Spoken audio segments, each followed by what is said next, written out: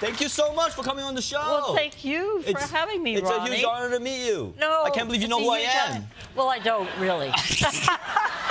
Fair enough. No. I've watched you, and I can't believe I'm sitting here with you too. No, that's very kind. You're No. the best.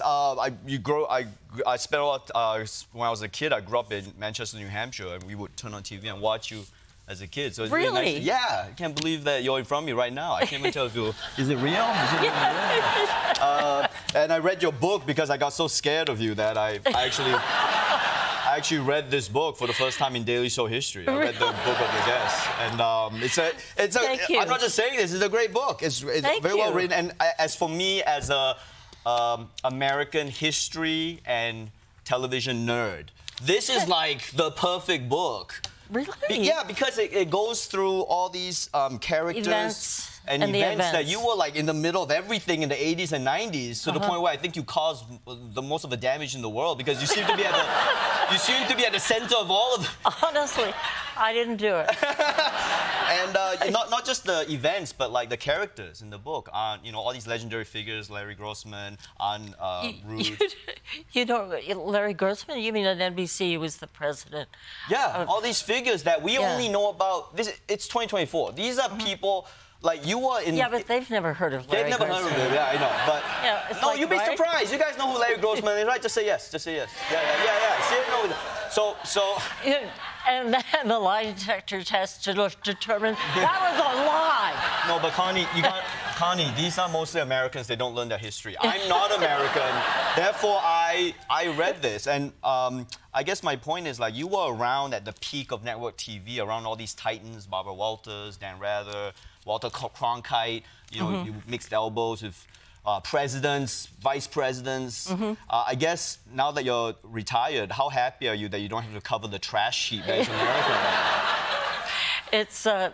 I'm actually glad I'm not in television news now. Seriously, because it's not the same. Sure. Like, how can you give us some perspective on how it's kind of different? Because when you started.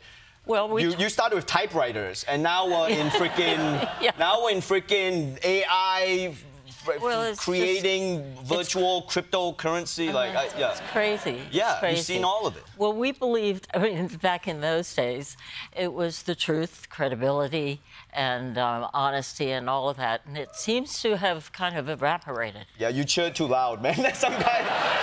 Some guy was cheering that, but yeah, I mean, is there, because I read your book, and even in your time when you were active, there was still misinformation.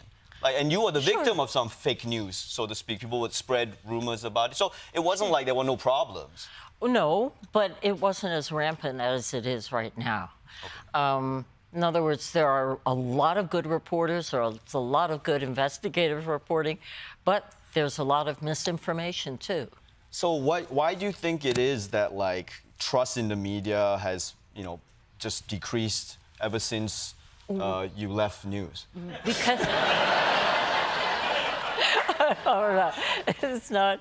It was an era in which news was trustworthy, but I think there had been a sort of creeping negativism in which people began to not believe not only government but news reporters, and they didn't trust Congress or the White House for good reason, because back in the day when the government was lying to them about Vietnam, and they just didn't know, they couldn't feel like they could trust Congress and the rest, and it's gotten worse now.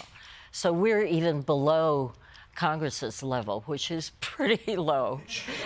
Yeah, if the news is worse than Congress. You were going to ask me a question in the beginning. Did you decide not to do that? I decided not to because it's too vulgar. I just didn't really? Want to, yeah. You came out. It's like I was talking to my mom. I didn't want to ask the. I couldn't.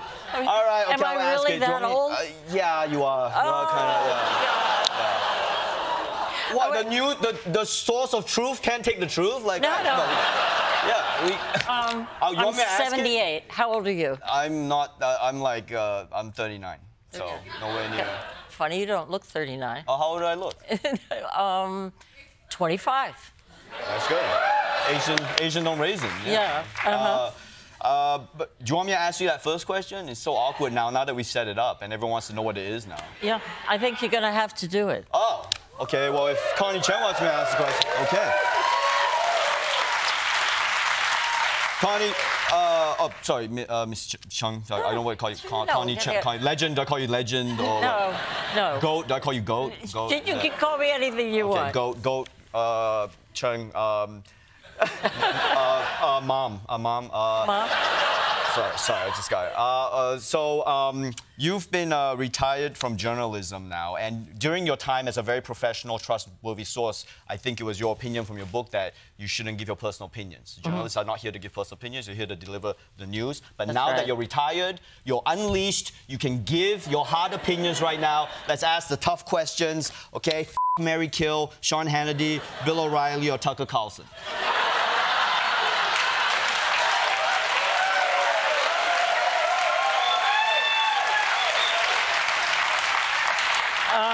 I'm sorry, Mom. Well, I don't know if you know this, but I actually decided, I was so nervous about the election, I decided to come out in favor of Kamala. So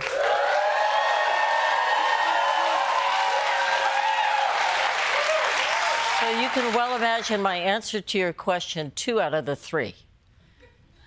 Please, for the record. 2, you got it. What? I mean, it doesn't take I don't brain. got it. All 3 of these are terrible. You're not married? I am married. I'm married. Okay. Well, that doesn't answer anything. Yes, it does. It's 2 out of the 3. What? You gave me 3 choices. You're kind of evading right now. No. And as a student of Connie Chung, I can't let you... It's not evasive. It's totally on target. Do you get it? No. Oh. That's why I didn't want to ask that dumbass question, because I had some serious questions. You brought it up. Yeah, Come on. You're the one who asked me that. Okay. Anyway, so do you feel like Asian people in America are kind of uniquely suited to kind of ask the tough questions because we're not seen as participating in this ongoing race war between white and black people? And so when we come in, it's almost like we can get in there and get the real story? No. Okay.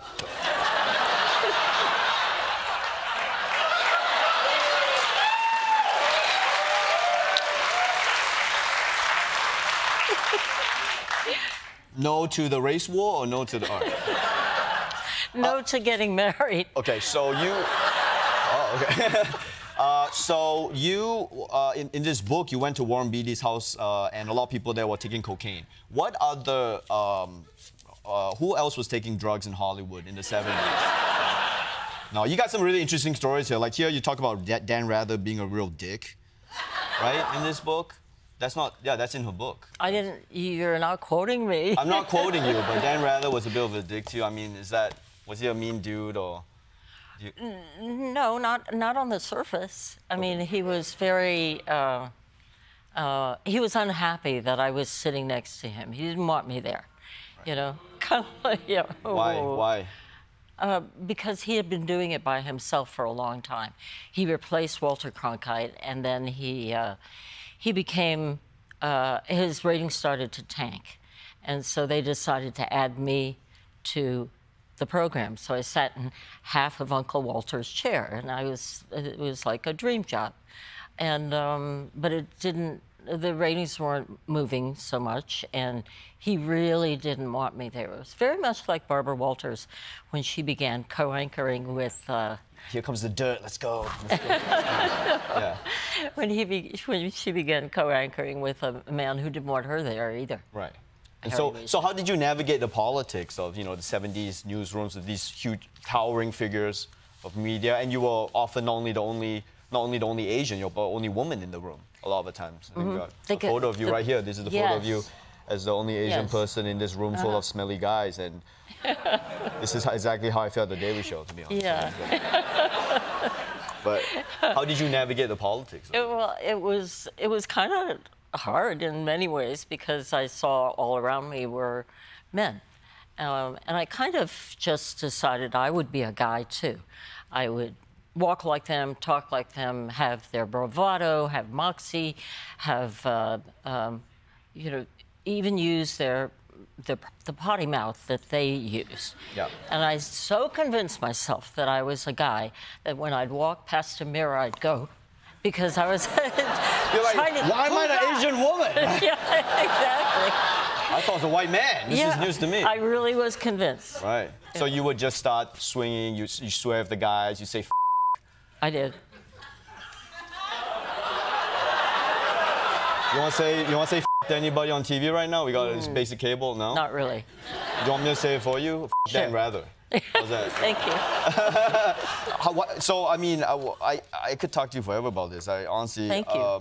I did my research because I know how much you value people who do their homework. I do. And I want to ask, like, why is it that there's no other Walter Cronkites that can rise out of this cesspool of American news media right now? The whole thing has changed. I mean, television news isn't what it used to be. You know, digital's taken over, so it's just not going to happen. Television is a dinosaur. I mean, not your show. No, that's fine. We're down with that. Yeah. I think people get the news, you know, from all sorts of sources. Yeah. Even, I mean, from the Daily Show, they used to always They get shouldn't. it from... They really shouldn't get it from this show. I mean, No. I'm trying to get Connie Chung to say like, why are you...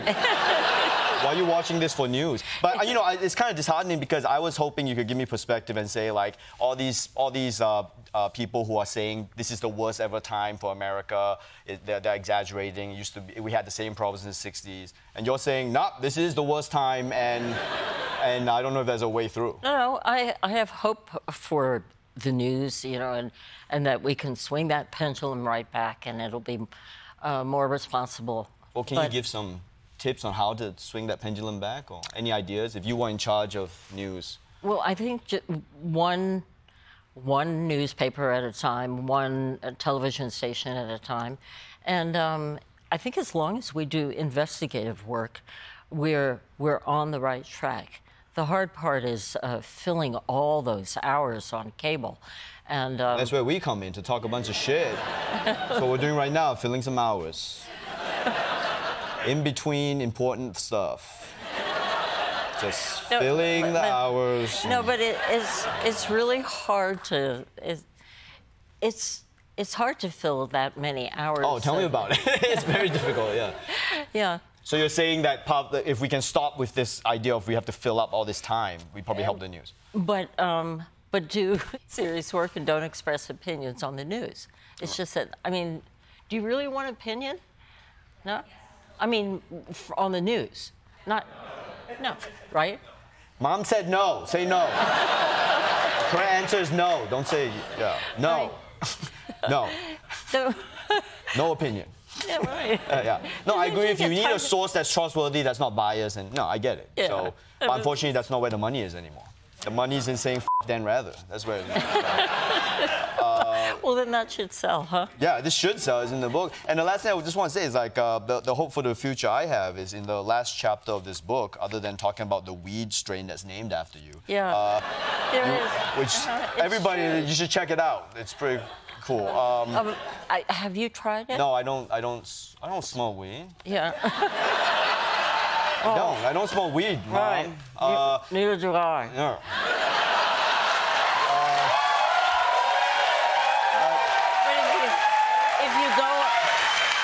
If you go online, you'll see Connie Chung at your weed. website. Yes.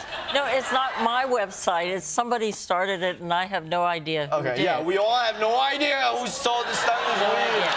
We all know for tax purposes, we have no idea who's selling this weed. But what it is I'm easy to grow, and low maintenance. Yes, I'm low maintenance. I read your book. And you did. I did. It says. And I don't give the scaries too much. And you can get a 2-pack pre-roll for $22. Yeah. Oh, really? Oh, yeah. Do you have a coupon code? You want to share the card? I just saw that. Yeah. But I have to tell you one other thing. You were talking about the last chapter, yeah, right? I was about to get to it. Okay, go ahead. Okay, I think I understand mind melding. Yeah. What's really cool about the future is this idea of that there is a generation of Connies in America, Asian-American girls who are the children of Asian parents who grew up in your generation, who admired you and named their children Connie. And so there's a whole bunch of Connie. And she got to meet up with them. And there are untold numbers of babies that were named after me. How does it make you feel that all these people stole your name? I'm just flabbergasted and honored. What happened was there was this girl named Connie Wong, and she cold emailed me and said that she was named after me. I couldn't believe it. She said when she moved with her parents from communist China to the Midwest, she was only 3 years old, and her parents said, we need to give you an American name. And she only knew what she saw on television, and she said, Connie or Elmo. And so it was she who discovered that all these Connies were named after me. When I went on this book tour, I met, she thinks there are untold hundreds. I don't know how many, but I met 6 more, and I met a Connie Chung in drag. Oh, yeah, there you go. Yeah, And she or he said that he can, it takes him 4 hours to put his makeup on. And I said, dude, I can do mine in 15 minutes. Yeah. I could talk to you forever about this book. It's a great book. Oh, thank you. Thank you so much for all that you do. Thank you so much for all that you've done. You're a legend. You're the best. Connie is available now. Connie Chung.